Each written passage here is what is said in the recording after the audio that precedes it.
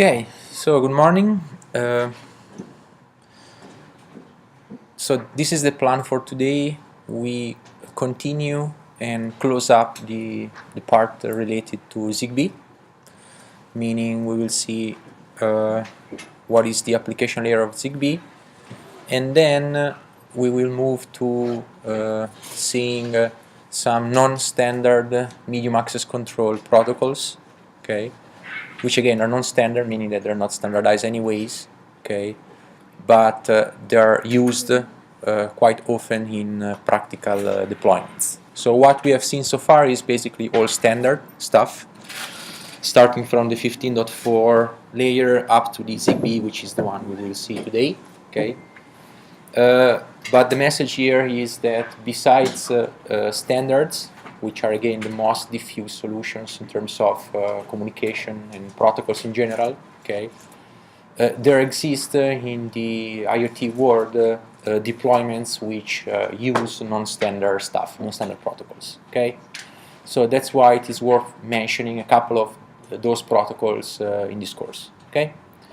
So don't think that everything is ZigBee or everything is 6LoWPAN, because that's not the truth, okay? So just to wrap up what we have seen last time on ZigBee, last time we focused on routing. So we actually overviewed how ZigBee handles packet routing, okay? And we mentioned that routing in ZigBee is basically handled through what is called the AODV protocol, which is an ad hoc on-demand distance vector kind of protocol, okay, which is the let's say reference routing protocol in ZigBee. We have also seen that whenever AODV is not available in ZigBee deployments, the fallback scheme which is used for routing is the so-called cluster tree or tree-based routing, okay.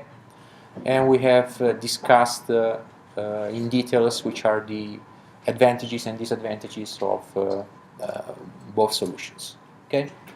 And then last time we stopped at this slide, which is actually representing which are the routing metrics used to decide which are the paths to be used to route packets in ZigBee, okay.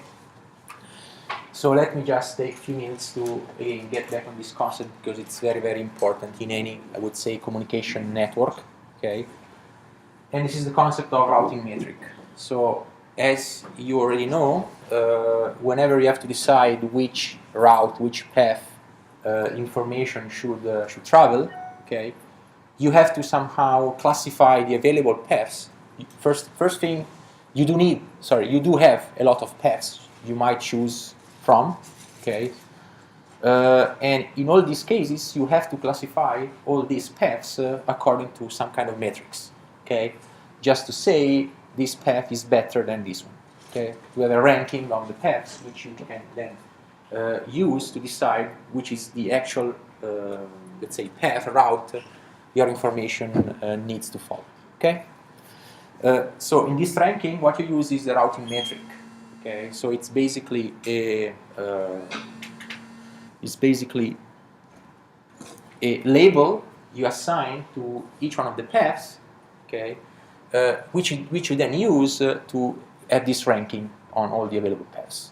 Okay, we have already mentioned that in classical networks the most common metric is the hop count, meaning you just count up the number of hops, the number of links, or better, the number of routers which are along the path.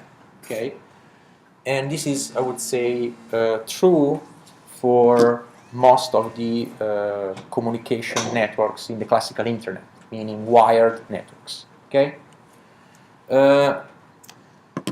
This kind of metric might not be the best one in wireless environment like the one we are facing here, okay, because it's completely unaware of the quality of the link, as we were saying last time.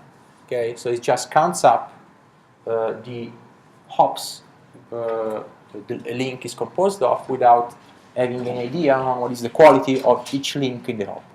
Okay, in the route, sorry.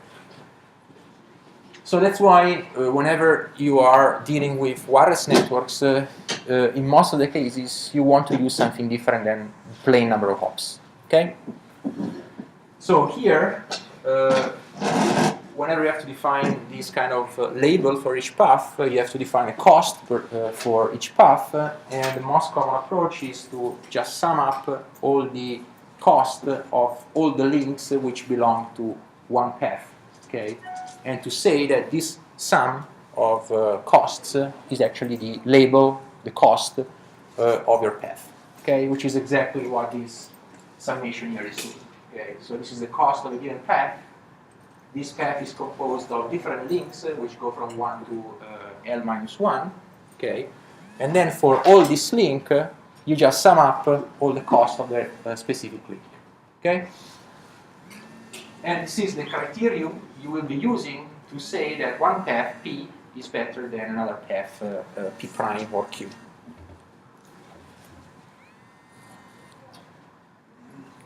Let me switch it off, otherwise this guy is keeping calling.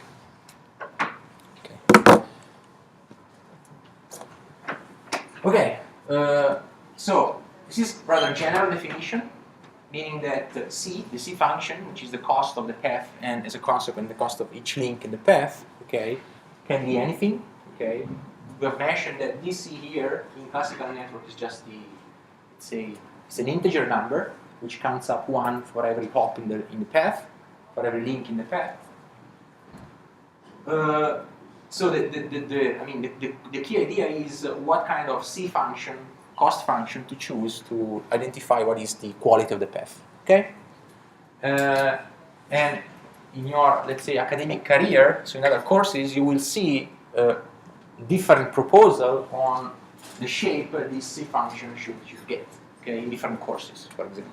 Okay, if you are taking wireless networks, yes, you will see a lot of, let's say, proposals on this C function here, okay? Depending on the link rate, depending on the link availability, depending on the latency, so the delay on the link, and so on and so forth, okay? So what ZigBee says is to use a very simple function, okay, which is this one here below, okay? So this function here is just telling that the cost of a link you can assign in any ZigBee deployment can be either the simple and stupid hop count. So you can just assign a number for the cost to every link, okay, which is 7 in this case, okay, which is equivalent to saying that you count all the links in the same way, okay, regardless the specific features of the link itself, okay. Or, as we were saying last time, you define a CL, so you define a cost function for a link, okay, which depends somehow on the quality of the link. And the quality of the link is, let's say, specified by this PL parameter, okay, which is the packet reception rate over a given link, okay. So this is saying that either you use the simple hop count as a cost function, okay, or you can also use this metric, which is basically inversely proportional to the packet reception rate. So the higher the cost, the lower the packet reception rate, the higher the cost, and vice versa. Okay. What do you think of this? Which one would you use and why? Which one is better at the first glance and why? For sure, the second one is better, right? Because it gives you a more insightful view on what is the quality of a link, okay? But, as usual, you have disadvantages here. Which ones? What do you pay if you want to route packets according to this second metric here, which is inversely proportional of the packet reception rate. Why? What do you mean by complexity? What complexity you have here? Devices trapped. Better? As always, it's a matter of complexity, right? But what kind of complexity you have? Processing. Like what? To compute this matrix. Right. What do you need to do to compute this metric? Okay, let me change it. What do you need to do to compute the first metric? So the op count. Basically nothing, right? You just need to know who are your neighbors, right? What you need to compute to find out what is the value of this second metric here. You need to compute PL, right? This is which is the packet reception rate. Okay? How would you compute the packet reception rate of a link? I mean, in a real network, not on papers. What would each node do? What should each node do to compute this PL metric?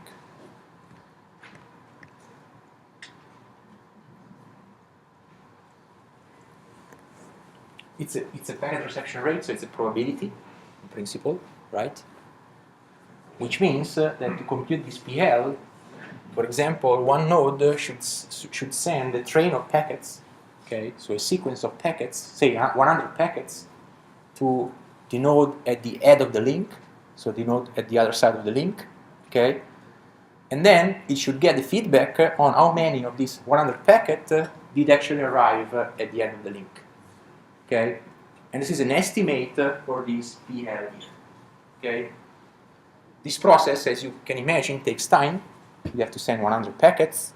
Okay, not to say 1,000 packets. Okay, it takes energy because you have to send these 100 packets, 1,000 packets. Okay, and it also requires a feedback from the other guy. So the other guy must tell back the sender how many packets did arrive. Okay. So this is more complex, meaning it consumes more energy, it requires more processing, and so on and so forth. Okay, so that's why ZigBee also allows to have a very, very stupid and simple metric, which is the op count one. Okay, which one to use again depends on the specific, I would say, topology in this case. So if you know a priori that your network has links more or less of the same type. For example, if you know a priori that all the nodes use the same emitted power and they are more or less at the same distance, okay, you might want to use the first one because all the links are the same, okay, quality-wise, okay, rather than the second one. On the other way around, if you have a deployment where your, let's say, nodes are heterogeneous, meaning one node emits more power than others, or for example, you have long-distance links and together short-distance ones, okay, in that case, you have a higher variance on the quality of the links, so in that case, you may want to use the second one, because it's more capturing, it's capturing in a better way the differences in the quality of each link, okay? Clear? Questions? Okay, and then this thing here, I mean, either the first one or the second one is the metric which is plugged in, if you remember, into the AODV routing, okay, when you build up the paths, sending out the route requests, and you store the forward cost and the residual cost, okay, those costs are actually computed according to these metrics. So as the route request proceeds in the network, all the nodes in the middle just maintain these tables, if you remember, which sums up all the forward cost and residual cost, which is calculated again using either one of these two metrics. Okay? So in the end, basically, if you run AODV in ZigBee, you're actually routing through the shortest paths. So through those paths whose cost is the shortest one according to one of these two, let's say, functions. Okay? Clear? Questions? Okay, very good.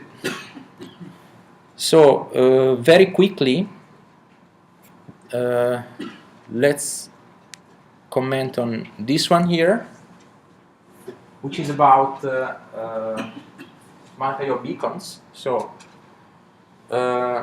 actually this slide should have been in the 82.15.4 section. Okay, it's here only because it deals with multi-hop topology. Sorry, multi-hop networks. Okay, but the idea is the following. So we have mentioned that in 15.4 networks, in beacon-enabled modes, okay, there is one pan coordinator which sends out beacons on a periodic base. Okay, this is fine. I mean, this is totally well defined if the topology is 1 hop 1, meaning that all the nodes which belong to the network they are all 1 hop away the pan coordinator. Okay. However, as we have seen in ZigBee, ZigBee also allows to have multi-hop networks, meaning that networks where you have nodes which are more than 1 hop away to the pan coordinator. Okay, which means that the beacon-enabled mode, okay, must be extended to the case where you have these multi-hop kind of connections. Okay, so for example, here you have a network of 4 devices. Suppose that this guy here is the pan coordinator, so the one which sends out the beacon, the one of the left-hand side of the topology. Okay, and the idea is that if you want to support beacon-enabled networks, okay, with multi-hop topologies, you have to allow beacon relaying, meaning that the guys which are basically down the stream with respect to the pan coordinator, they have to relay beacons. Okay. However, they have to relay beacons in such a way that they do not overlap. I mean, the transmission of these beacons does not overlap, okay, with the transmission of the beacon in the downwards direction and upward direction. Okay, so this guy has to transmit the beacon. Okay, then it's the turn of this guy, then it's the turn of this guy, then it's the turn of this guy. Okay, which means that if we refer back to our beacon interval, let's say, definition, okay. If we want to have multi-hop beacons, which means multi-hop networks, this means that the beacon interval, okay, must be somehow assigned in such a way that the active part of all the nodes in the multi-hop network do not overlap. Okay, such that the first part is devoted to the transmission of this guy downwards, then comes the transmission of this guy downwards again, and so on and so forth. Okay. Clear? So this is just to say the takeaway message you have to get here is that the support of multi-hop topologies requires also multi-hop beacons or beacon relaying in the 15.4 standard. Okay, that's the only takeaway message which is worth taking away here. Okay. Okay. Very quickly, as we did for the 15.4 layer, let's see which is the format of network layer frames, which in ZigBee are called frames. This is equivalent to an IP packet. So this is the same level as the IP in the classical internet. Okay, so we would expect to find here similar fields of the message. Okay, without going into too many details, we have, as in IP. We have, as always in packet switch network, an header part, which is called network header, which goes from here to here, and a payload part, which contains the application layer message. Okay, and then if we look at the header part, we have some control fields, which is called frame control, which are used to identify the specific frame, as an example. In that field, you have all the information which is needed to identify whether it is a route request frame, whether it is a route reply frame, or a data frame. Okay, and then you have a bunch of fields, which are this one, destination address, source address, which again identify what is the source and destination address, just like in IP packets. Okay. Difference here is that these addresses here are 16 bits long, because ZigBee assigns 16 bits long addresses. Okay, so these two fields are 16 bits long, 2 bytes. Okay. Then you have a sequence number, okay, which identify uniquely what is the, let's say, sequence number of the frame which is being sent, okay, and this field here, so this field called broadcast sequence number, okay, is, for example, the one used to discriminate between, for example, route requests which have been already received, okay, against route request messages which are new ones. Okay, if you remember when we saw last time the AODV flowchart, okay, there was also a case where you could have received a route request message from the same source, okay, but coming from a different path. Okay, in that case, you could somehow identify that that route request was the same as the one you had already received, because they had the same broadcast sequence number. Okay. And then you have one more field, which is called broadcast radius. Okay, and this field is equivalent to the IP field called time to live. Okay, you know what a time to live is, right? So it's basically a validity timer for the packet which is sent out. Okay, what is it for? What's the use of this, in your opinion, broadcast radius or time to live field? It is impossible to reach the destination instead of fooling around the network, so making it congested, it gets discarded. Okay, so perfect. So in all the protocols which are based on some kind of flooding-based discovery, okay, flooding-based meaning I broadcast and rebroadcast the same message again and again until it gets to the destination. So in all these cases, whenever you have these kind of protocols, okay, you really want to limit the scope of the broadcast. So you really want to limit the amount of messages which are rebroadcasted, okay.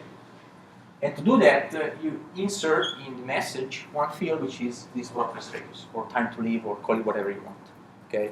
Which is saying, if this very same packet has been broadcasted too many times, okay, there's no use that you keep broadcasting it, okay. So you'd better discard it, okay. Because, as your colleague was saying, if a packet is in the network has been in the network for too much time, probably it is useless for the packet to be in the network again. Okay, so it is discarded. Clear? Questions? Okay, so here we have a problem of dimensioning, for example, this broadcast radius, right? So what number would you insert in that field? So if you insert in that field a low number, so a number which is too low, okay, what happens is that you discard packets in a meaningless way, meaning that you discard packets which deserve being in the network again. If you set here a high number, okay, the disadvantage you have is that you might have packets living in the network for too long, okay. So there's an optimum point which depends on what?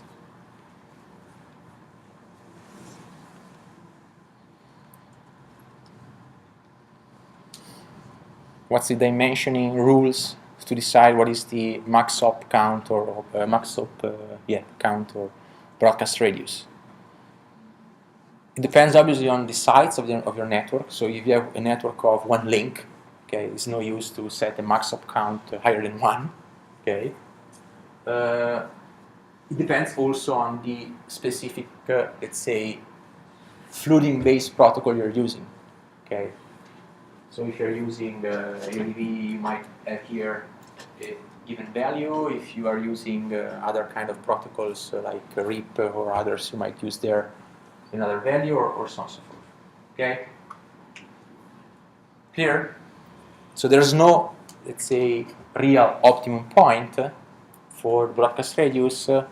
It is usually dimensioned using kind of rule of thumb approaches. Okay? Just to give you an idea, in IP the time to live is set always to 16. 16 hops maximum an IP packet can travel in the network. Okay? Questions? Okay, so very quickly, let's go through the application layer of ZigBee.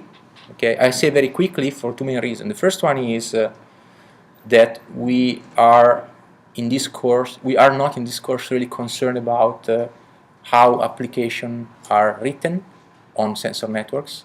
Okay, in the sense that we focus here more on communication protocols rather than on application layer protocols. Okay.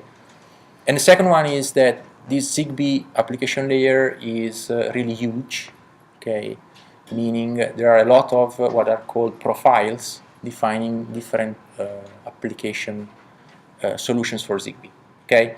So the goal here is just to give you the idea on how this application layer works, or is formatted, I would say, and then to leave to you, if you're interested in, to go into more details on the specific application which are supported by ZigBee, okay, and how they are made of, okay. So first thing is different than any other, I would say, communication network. The ZigBee protocol stack defines also a way to implement applications, okay. This is something we already mentioned in one of the first lessons in the course. That's a, let's say, totally new thing with respect, for example, to the internet, okay, where basically the applications, so the type of application you can actually implement on the internet, are left to the application developers, okay.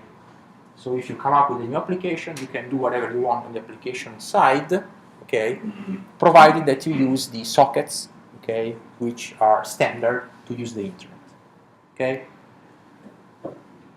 What ZigBee does is to not only standardize the communication protocols and sockets, meaning 15.4 routing, security, which we skip here, and how to access to these, let's say, protocols, but it also standardizes how an application should be written or formatted. Okay, meaning that it also tells the developer what the developer should do, okay, in order to have a ZigBee compliant application. Okay? So basically, what ZigBee does is to provide a library, okay, of what they call the profiles. Okay? It's no longer 9, it's more than 9 now. It's kind of old slide, I guess it's around 20 profiles. Okay, so 20 prototypes, applications supported by ZigBee nowadays. If you go on ZigBee website, you see all the ecosystem of ZigBee profiles. Okay, and basically this profile just tell you what you have to do as a developer. Okay, if you want to develop an application which belongs to that profile. Okay, so what the profile defines is basically the set of devices which must be supported by the application in that specific application area or profile. Okay, a set of so-called clusters, so a set of classes, if you are aware of C or C++, or object-oriented kind of programming, which are required to develop a specific application. Okay, and then in this class, you also have the ZigBee profiles also defines the set of attributes which are used to identify the state of each device. Okay, and then a set of APIs, I would say, so a set of interfaces, commands, which must be somehow specified if you want to interact with the specific device object. Okay.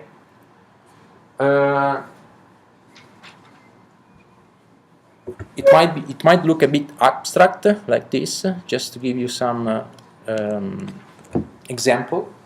For example, there's one profile which is called personal healthcare profile, which contains all the building blocks, I would say, to build up applications which are in the field of this personal healthcare profile. Okay. So, for example, if you look in this profile, you see that there is a bunch of devices which are actually supported by the profile. Okay. One device is called data collection unit, which is, let's say, basically where the data of this person, health care profile, should go. Okay. So you have one object which defines this device in the profile specification. Okay. And as you can imagine, this object will have some attributes, or does have some attributes. For example, it might have the attribute on the frequency rate of the information it is receiving, okay? Or it might have the attribute of accessing a backend connectivity to push up the data somewhere else, and so on and so forth, okay? Another device of the profile can be the ECG machine, so the machine to take the ECG, okay? And again, this machine becomes an object in the profile, and this object will have attributes and commands and interfaces to be accessed. Okay? Or, for example, another device is the pulse monitor, so the monitor of the heartbeat, okay, which again has its own attributes and so on and so forth.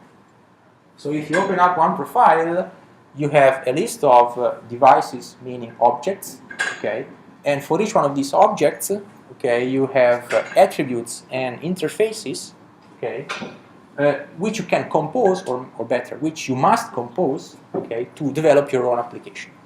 For example, if you are willing to develop a system to monitor, what do you call it, the parameters, the biometric parameters of a person, okay, you may take one DCU device object from the profile, okay, you may take one ECG object from the ZigBee profile, and you may take, for example, a pulse monitor object from the ZigBee profile. Then, using all the interfaces which are standardized of these three objects, okay, you can interconnect those to make up a cluster of devices, okay, and this cluster of devices becomes your application of ECG plus pulse monitor kind of approach. Okay? Clear? Again, it's important for you to take away from here the idea that everything is standardized up to the application layer. Okay? And the level of standardization goes down to the object, meaning that if you want to develop a ZigBee application which is ZigBee profile compliant, you have to have in your application one of the objects which belongs to the ZigBee profile, and you have to shape your application in such a way, okay, it's a composition of objects belonging to this the ZigBee profile, which are using. Okay, clear? So. Again, advantages and disadvantages. Advantage is that you are actually defining components which are standard, okay, and which everybody can use to build up application in a non-coordinated way. Meaning that if I develop my own application using an ECG and pulse monitor, and some other else wants to take my application and plug in also a pressure meter, okay, he or she can do that because everything is somehow standard, meaning that the interfaces are all standard between or among all these components. Okay. Disadvantage is that you somehow pose some boundaries to the creativity, I would say, of the application developer. Okay. So as I was saying, there is a ecosystem of these profiles. Okay, this is again non-updated, so nowadays there are more than these circles, bubbles you have, and they are basically spread all over around the application. I mean, they cover all the types of application which you can think in the IoT world. For example, you have the what do you call it? The energy metering profile set, which is dealing with all those IoT applications to measure the energy consumption, for example, of devices of gas meters, power meters, and so on and so forth. Okay. Then you have the health kind of profile, which covers all those applications which somehow are dealing with e-health. Okay. Then you have all that is dealing with building, like control of the air conditioning, humidity, and this kind of stuff in an automatic way. Okay. And then you have other profiles which are more related to leisure, gaming, and so on and so forth. Okay. Each one of these bubbles, again, you have to think it as a huge library of objects. Objects. Each one has attributes. Each one has APIs, interfaces. Okay. And guidelines on how to compose this object to develop specific applications. Okay? Clear? Okay, so some of these profiles are free, meaning that anyone can download the library and use it as it will. Okay? Some of these profiles are not free, okay? Meaning that if you want to be ZigBee compliant, you have to pay to purchase a kind of license for using the specific ZigBee profile library. Okay? Clear? Questions? Excuse me, how is the price of ZigBee? What do you mean by price? If you want to buy a device, for example, make a health monitor, how much would it cost? Answer is I don't know, in the sense that the price of a, let's say, ZigBee network depends on the price of the hardware, okay, which depends on specific application you are targeting, and price for the software, which is if you decide to purchase one of these ZigBee profiles, you have to pay this kind of developer kit license to have your profile running. Okay. Typically, compared to Bluetooth version 4, is counting cheaper or? Let's say if you just focus on hardware, meaning you are comparing the prices of I would say radio transceiver, okay. Bluetooth is slightly more expensive than a 15.4 radio transceiver. Slightly more expensive, not that much. Okay. Again, as we were saying some time back, the cost of a node, okay, so the cost of a full-fledged sensor node depends on the processor you are using on it, depends on the radio transceiver, depends on the storage, depends on the sensing part. Okay. If you focus on the communication part, again, Bluetooth low power is slightly more expensive than ZigBee, but they're close. Okay. Questions? Okay, so if you have any question on this ZigBee part, we'll move on to the part dealing with non-standard medium access control protocols. Okay, so basically we now forget everything which is referring to ZigBee. Okay, and we see what is out there which is non-standard. So which you can use for free. Okay, but it's not being standardized yet. Okay. Okay, let me switch to this new slide set. So the focus is on beyond standard 15.4 MAC sublayers. So let me just recall one classification we did while talking about 15.4. And this classification was basically this dividing the medium access control protocols in 3 classes. The first one was the class of contention-based access control, where basically you allow collisions.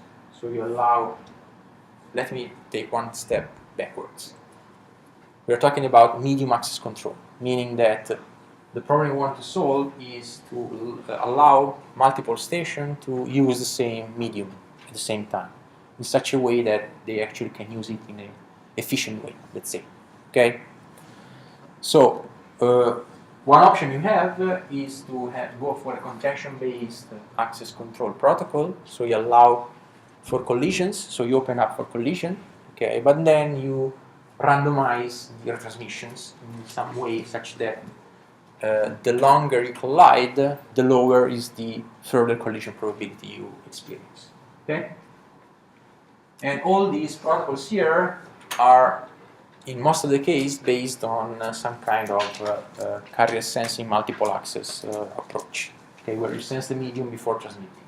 Okay, and here you see some, say, names of non-standard medium access control protocols. I guess that you can find some papers on the website which describes all of them. Okay, and today we will focus on the first one, which is also the most famous one, the oldest one and most famous one, which is called SMAC, for the first category of contention-based. Then you have the so-called TDMA-based approaches, where basically you build your access control on some kind of synchronization. And in most of the cases, this synchronization happens at a slot basis, on a slot basis. So basically, all the nodes are synchronous. They have the same, let's say, information on where the slot, where and when the slot starts, the time slot starts, and when the time slot ends. Okay. These kind of approaches, TDMA-based, are basically collision-free, which means that they are based on some type of slot assignment. Okay, meaning that there must be some entity, okay, which assigns the time slots, okay, to different nodes, such that no two nodes can access the same time slot. Okay, so each node is assigned a how can I say, a single time slot with priority with respect to the others. Okay, and you have here some names of these again protocols. We will focus here on the last one, which is called SMAC. Okay. Why focusing on these two? For the first one is because it's one of the most famous one. Okay. These four here are more or less similar in the concepts. Okay. So anyone would be fine to choose. And then there is this third category of protocols, which is hybrid ones. Okay. We somehow put together the features of contention-based and TDMA-based. Okay. Do you have an example of hybrid access protocols?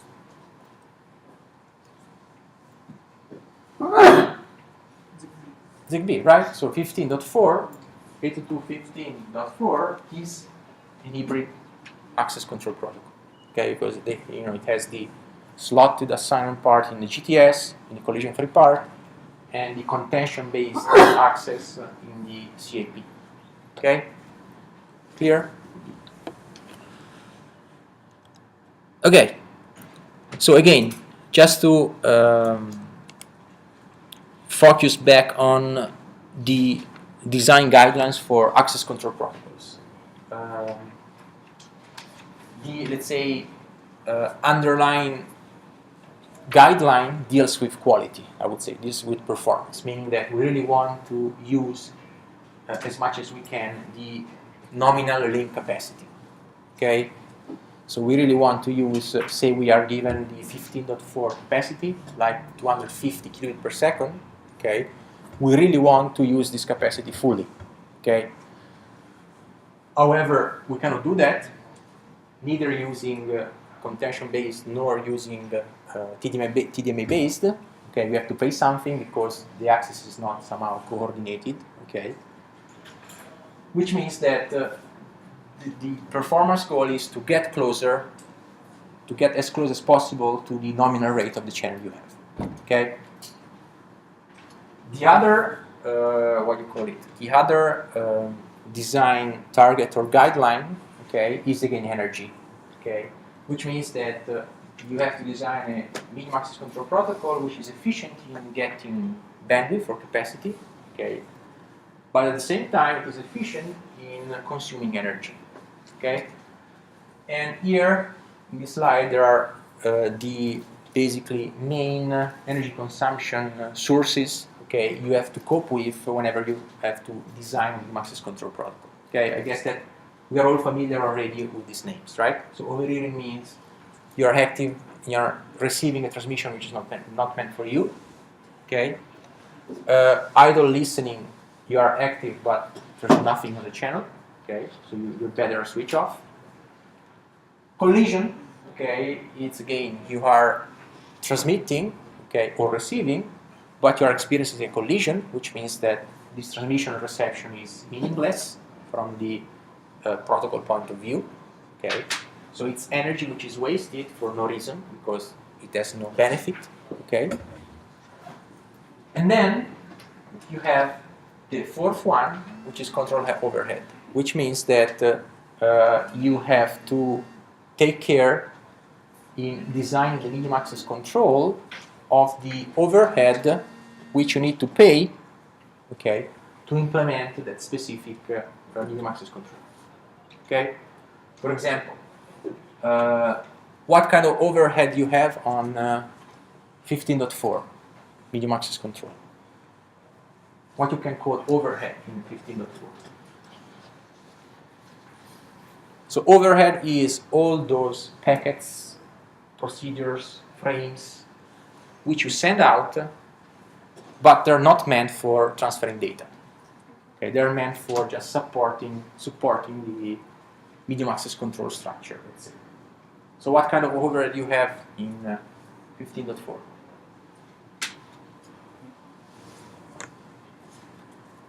What would you classify as overhead in 15.4?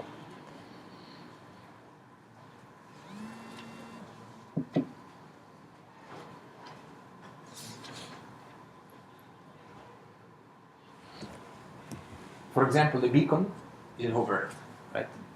It's a signaling message which is sent out by the PAN coordinator and received by all the other guys, which is just meant for nothing rather than let's say designing the beacon interval.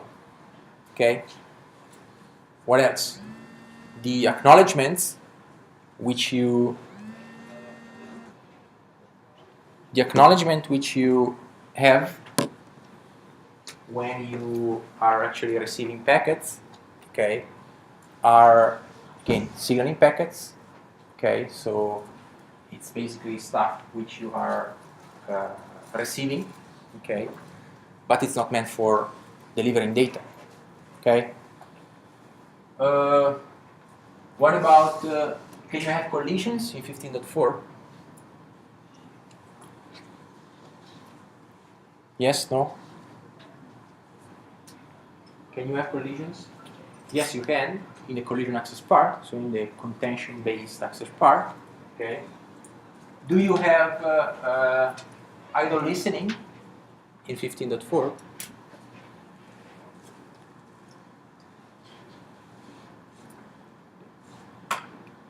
Yes, no?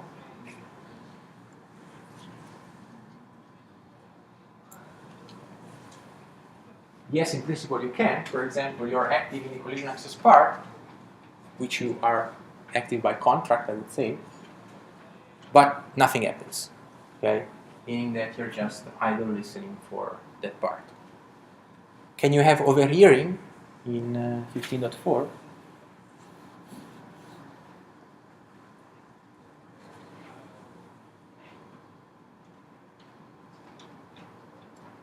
Yes, no?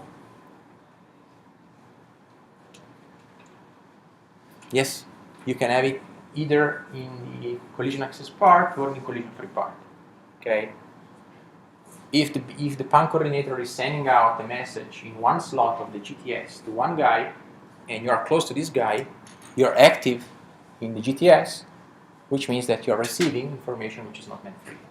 Okay, so you are overhearing information from this guy. Okay. Do you mind if we take 2 minutes break because I have to answer to this call? Okay. So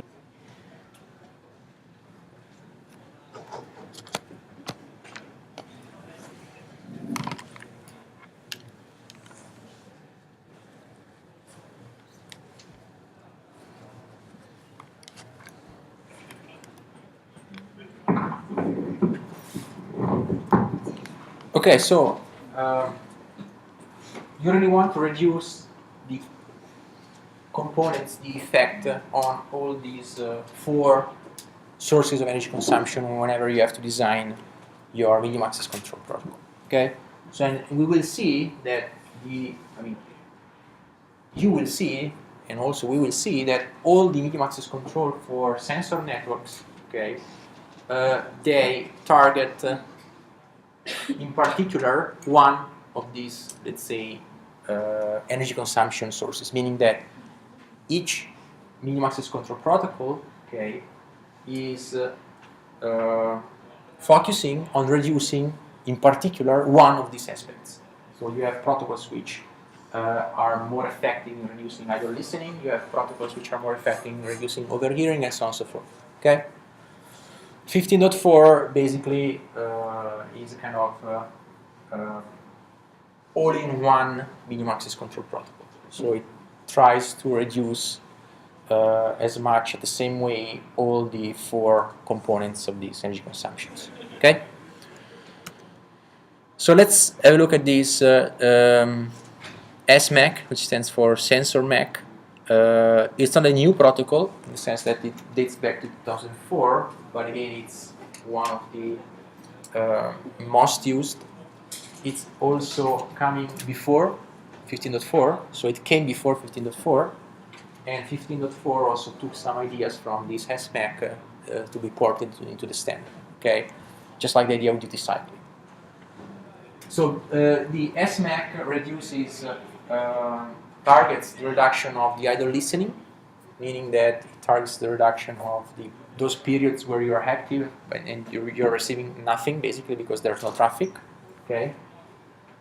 So it is based on, again, on a kind of duty cycle approach, according to which all the nodes in the network they are following a cycle which is similar to the one of 15.4. So you have a part where all the nodes are active and listening, and a part where all the nodes are sleeping. Okay. As we will see, the main difference with respect to 15.4 is 2. First one is that we don't have any pan coordinator here, so everything is distributed. Okay. And the second one is that you might have listen and sleep periods of different sites, depending on where you are in the network. Okay. So idea is all the nodes listen here and all the nodes sleep there. If you have something to send or receive, you have to do it here. If you have something to send and this happens in the sleep part, you have to wait next listen intro. Okay? Excuse me, this transition between listening and sleeping doesn't consume any significant energy? Yes, it does. Yes, it does. So as it always happens, whenever you change state in your device, saying you are switching on radio, switching off radio, switching on processor, or downscaling, downclocking processor, you have some transient time where you're actually consuming energy. Okay, but again, the assumption on the reference hardware we're talking about is that this wake-up time or tear-down time is negligible with respect to the listen time and sleep time. So what you consume is actually negligible. Okay.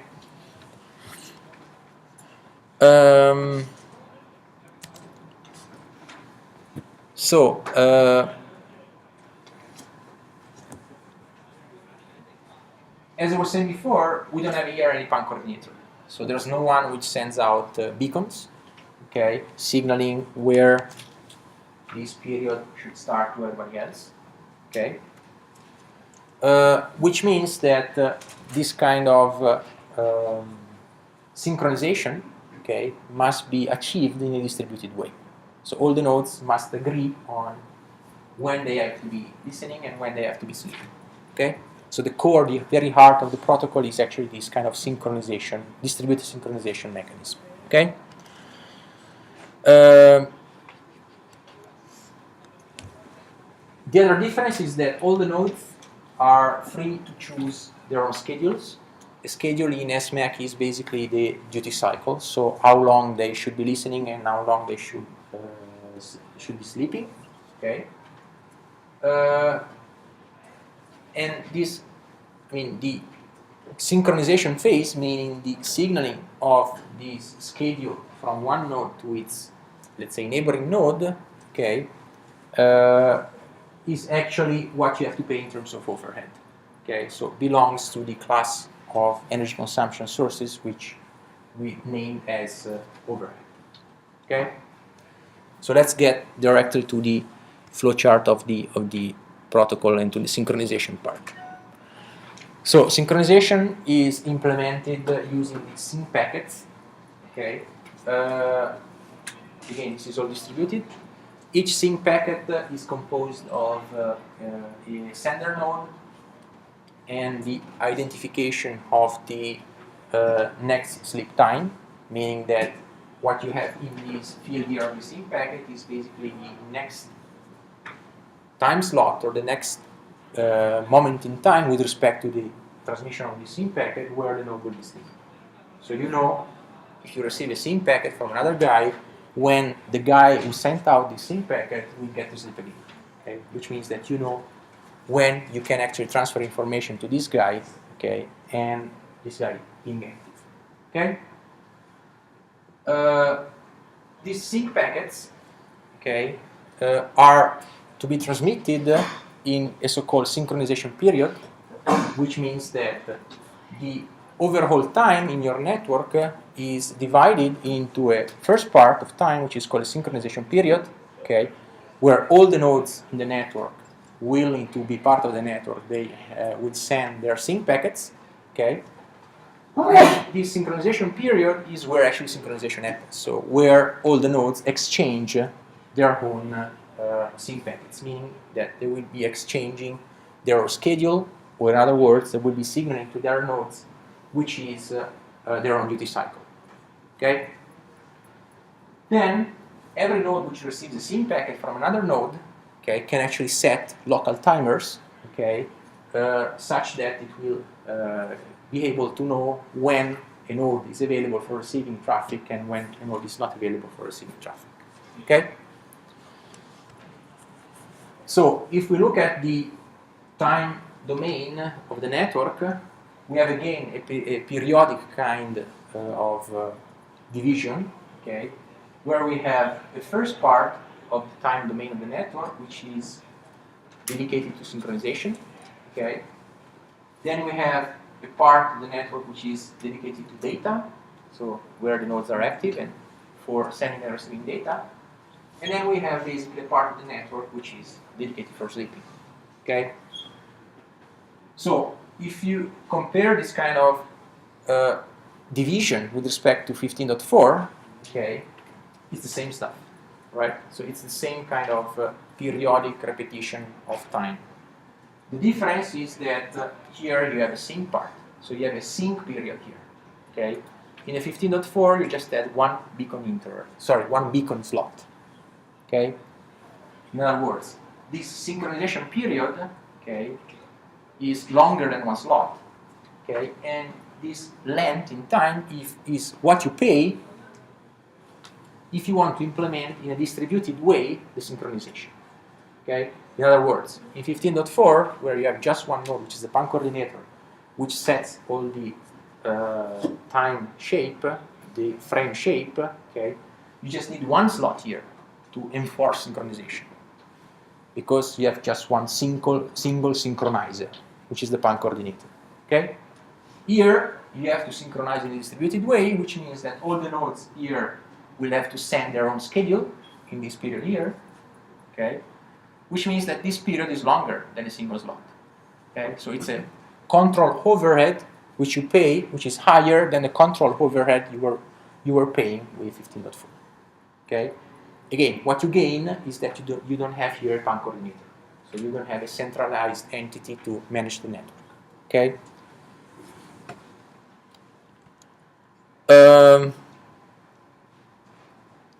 So this is an example of how the time is used actually. So you have 3 nodes here. Okay? On top of this, let's say, flowchart here, you have the time domain. Okay? So you have the synchronization period, and then you have the data part. just forget for 1 second the RTS and CTS stuff. We'll get that in 2 minutes. Okay. So what happens here is that in the synchronization period, wherever in the synchronization period, okay, any node which belongs to the network can send a synchronization packet. For example, in this case, sender 1 and sender 3, they will send out a sync packet here. Okay, and these packets will contain their own duty cycle. So they will contain when they will go to sleep the next time. Okay. All the other nodes which receives these 2 packets will get to know what is the duty cycle of sender 3 and sender 1. For example, if sender 2, okay, receives both packets, okay, sender 2 will get to know when node 1 and node 3 will get to sleep, which means that by difference it will get to know when it can actually contact node 1 and node 3. Okay? One comment. The synchronization period is prefixed, meaning that the size of the synchronization period is a parameter which must be enforced into the nodes by the network operator. Okay, so how long, how much time is dedicated to the synchronization period is a protocol-specific parameter. Okay, clear? Okay, so let's see the schedule slash synchronization procedure. So we have basically at each node a table, okay,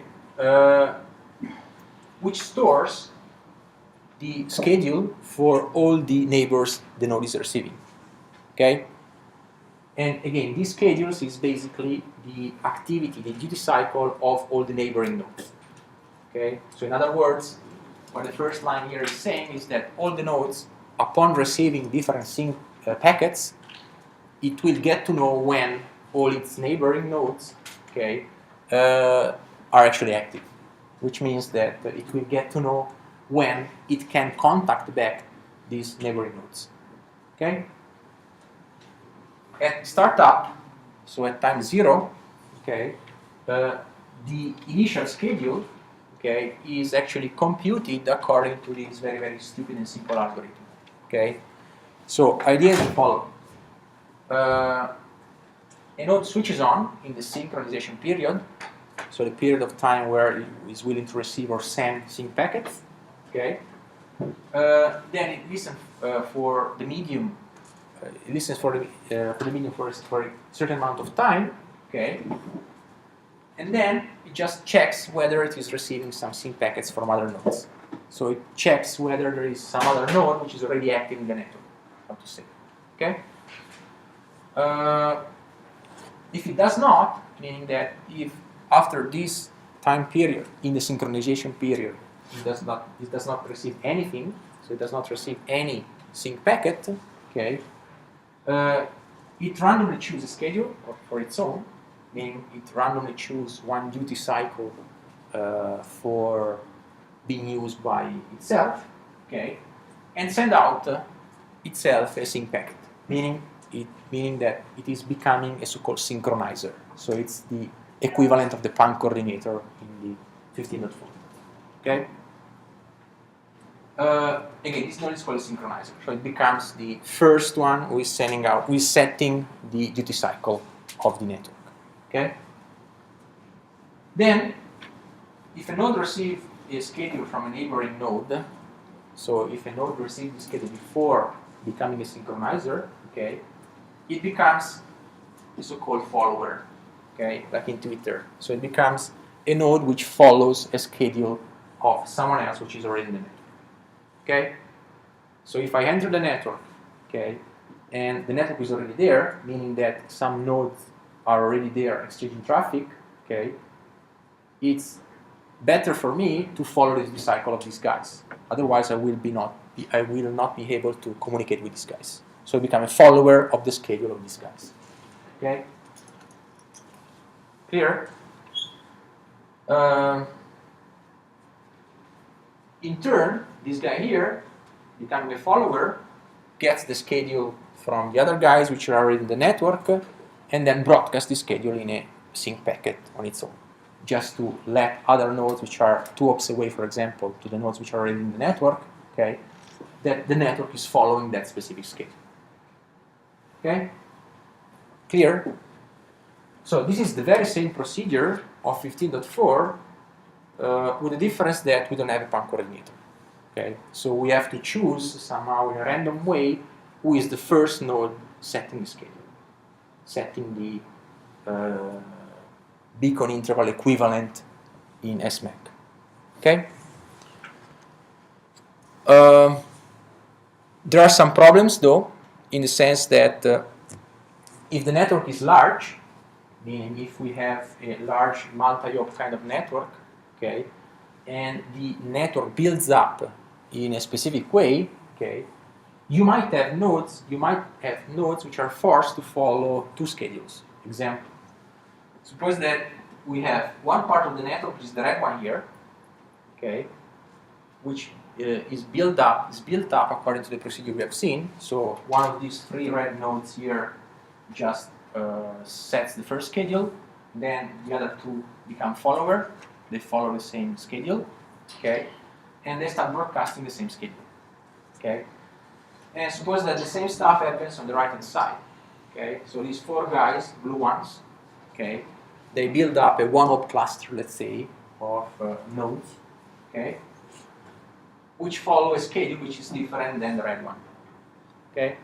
Then at some time, this black guy in the middle, okay, pops up, so becomes alive, okay, and this guy here receives 2 schedules, okay, so it receives the schedule of the red ones and the schedule from the blue ones, okay. So if this guy wants to be able to communicate with red and blue nodes, okay, it is forced to follow the schedule of both, meaning that it is forced to be active in the active part of the red nodes and in the blue nodes. Okay? Here. So, what is the effect? The effect is that this guy here has a higher duty cycle than the others, because it is forced to be active for a longer time. Okay? Clear?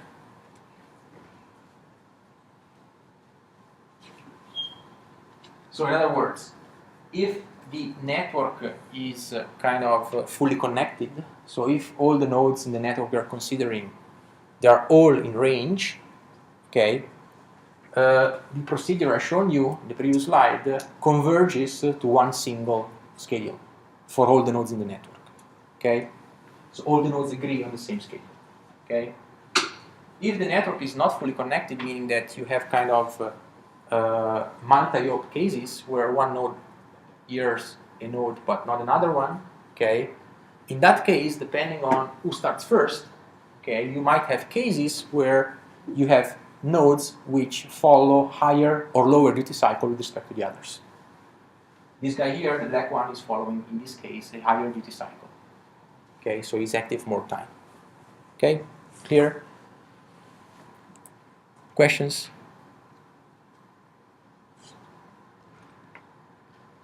So, fine. We know how the network is built up. So we know how the nodes agree on when they have to be active and when they have to sleep. Okay. What we still need to define is how these nodes do actually transfer data. Okay. So what is the data transfer paradigm in SMAC? Okay. So SMAC belongs to the contention-based class of minimum access control protocols. Okay. It is actually using an approach which is similar to the Wi-Fi ones, or better, it is similar to the RTS, CTS version of the Wi-Fi protocol. Who knows how Wi-Fi works? You know how Wi-Fi works? The medium access control? So basically, the idea is the following. Suppose that 2 nodes in SMAC, they achieved a synchronization in the duty cycle, which means that they know when they are active, respectively. Okay. And suppose that these two nodes, they have to transfer data, okay, one another.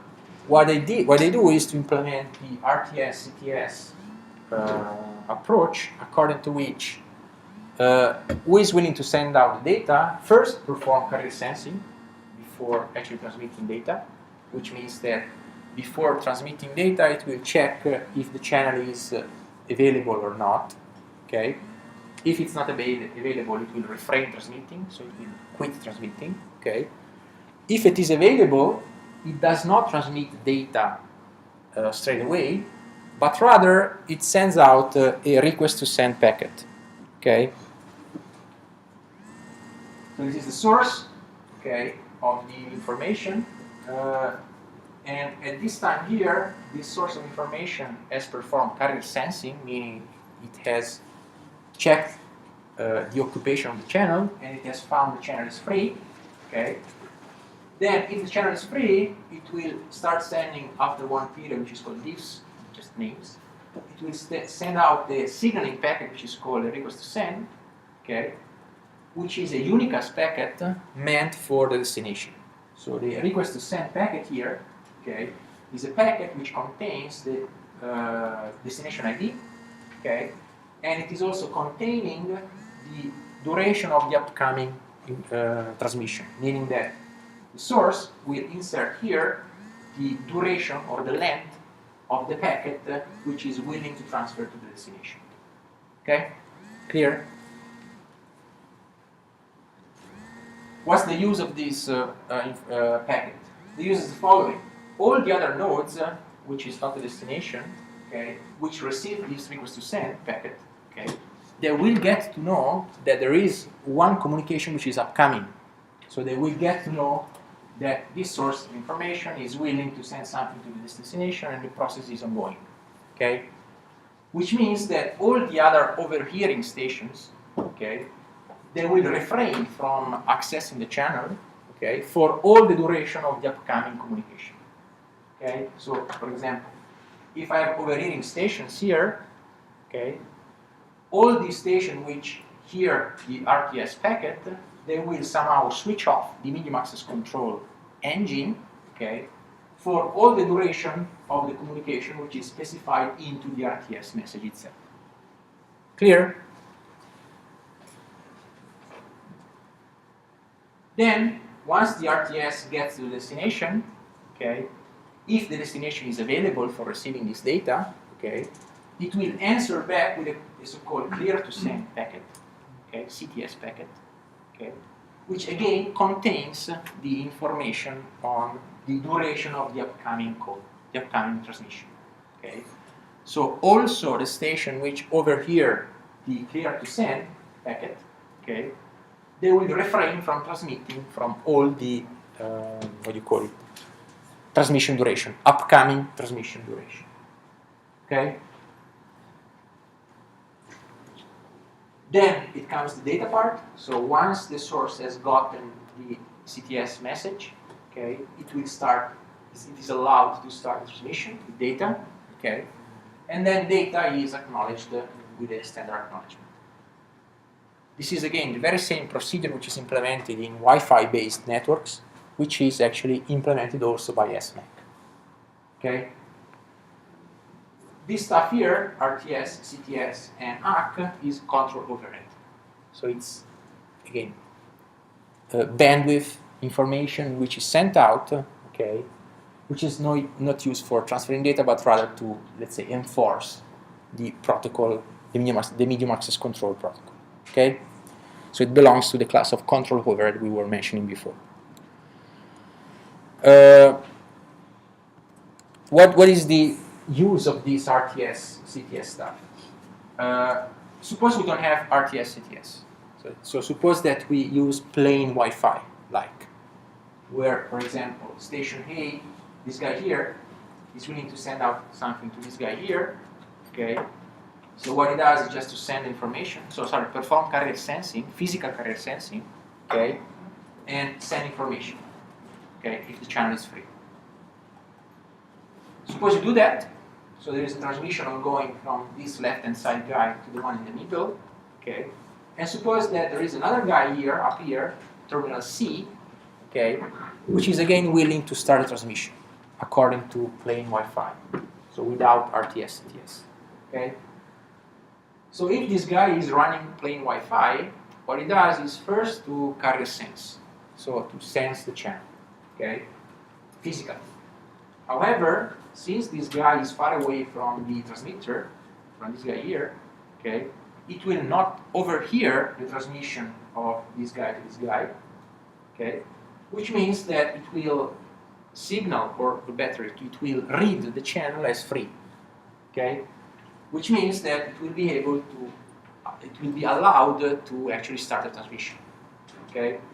So any transmission which is originated by this guy will cause a collision at this guy here, okay, clear?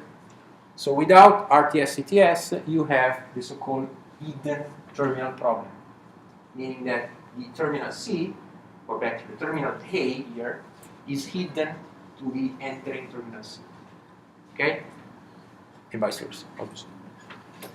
So if you plug in RTS/CTS stuff, what you have is that once this guy is willing to open up a transmission to this guy, it will first issue an RTS, because to send. This guy will answer with a CTS, clear to send, okay? But this CTS will be also overheard by terminal C. Terminal C will get to know in this way that there is an ongoing transmission, an upcoming transmission involving terminal A and B, so this guy and this guy. Which means that upon receiving this clear to send message, it will just refrain from transmitting, okay? For all the duration of the ongoing or upcoming transmission, okay? Clear? So you pay something in terms of control overhead, which means that you require RTS and CTS to be sent out, okay? But you gain something in terms of collision probability reduction in the case you have multiple, again, transmission which can happen at the same time. Okay? Questions? How does C know when the transmission finishes? Because it's written in the CTS. So in the CTS, this guy here will tell there is an ongoing transmission which I'm involved in. Sorry, there is an upcoming transmission which I'm involved in, okay? And I foresee that this transmission will last for 100 milliseconds or microseconds. Okay, it's all written in the CTS part here, okay? Such that everybody which overhears the CTS will somehow refrain from transmitting from all that time only. Okay? Questions? So let's get back 1 second on this slide here. And you tell me whether or not the SMAC is effective in reducing all these kind of energy consumption sources. So what about collisions? Is SMAC effective in reducing collisions? How would you rate the effectiveness of SMAC in reducing collisions?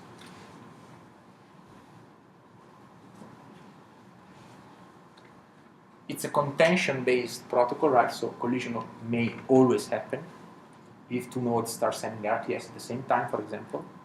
Okay. So it's for sure less effective than schedule-based approaches, like TDMA-based approaches, like GTS in 15.4. Okay.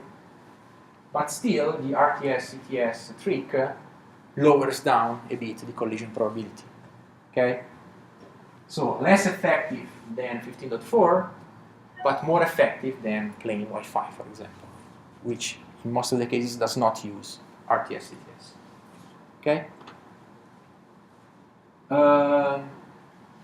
What about overhearing and idle listening? Is it effective or not?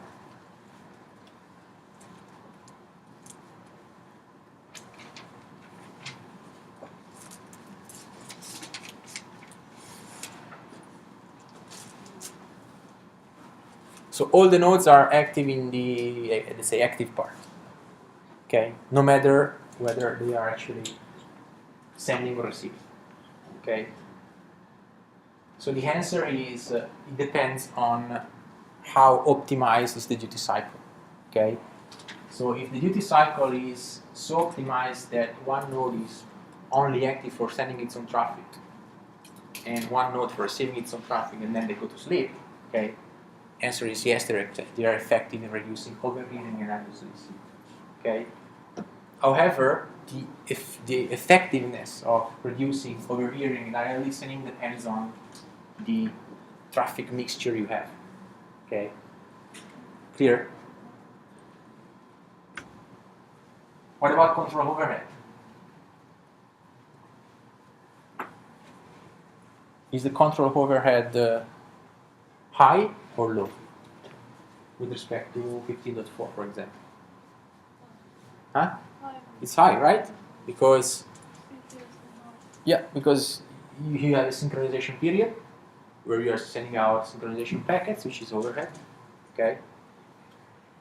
Then you have the RTS, CTS plus HAC messages, which are again signaling packets, which is overhead. Okay. So basically, control overhead is not the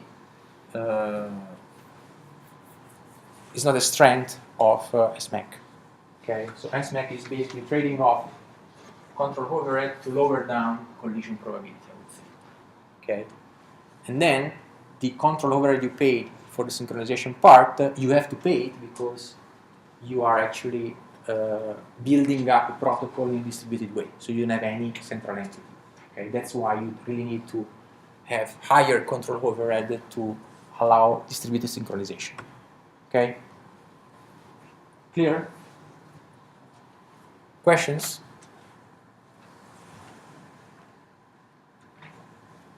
Okay, so if you don't have any question, I will quit here.